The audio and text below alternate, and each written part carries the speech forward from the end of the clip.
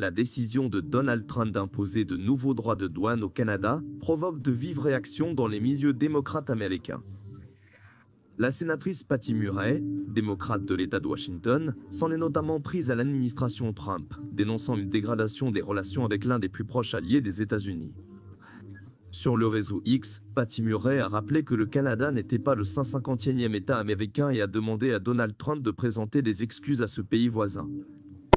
Elle a également souligné l'importance du Canada pour l'économie de l'État de Washington, dont il constitue le principal partenaire commercial. Elle s'est ainsi opposée aux nouveaux droits de douane et a appelé à éviter une guerre commerciale. Cette réaction intervient après la décision du Premier ministre canadien Mark Carney de suspendre les négociations commerciales avec Washington. La situation est particulièrement importante pour plusieurs secteurs économiques.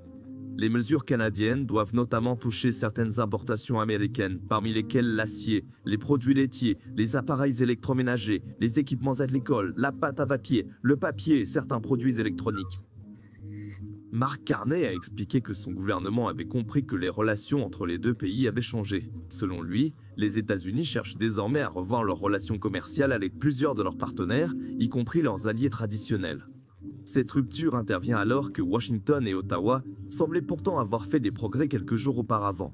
Donald Trump avait notamment suspendu des droits de douane de 50% qui devaient entrer en vigueur, mais les négociations ont finalement échoué. Selon Mark Carney, les conditions proposées par les États-Unis étaient injustes et économiquement difficiles à accepter. Certains désaccords porteraient notamment sur le secteur automobile.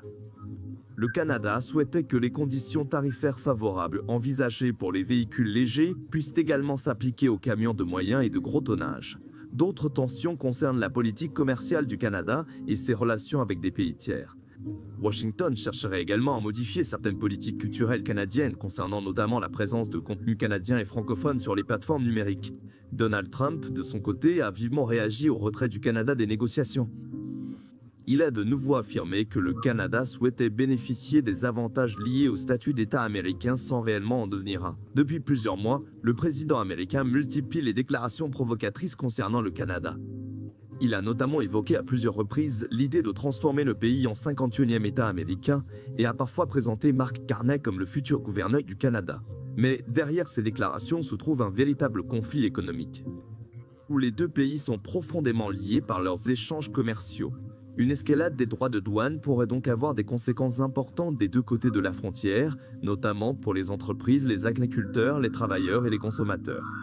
Pour l'instant, la grande question est désormais de savoir si Washington et Ottawa pourront retrouver un terrain d'entente ou si ce nouvel affrontement marquera le début d'une période durable de tensions commerciales entre deux partenaires qui entretiennent depuis des décennies des relations économiques extrêmement étroites.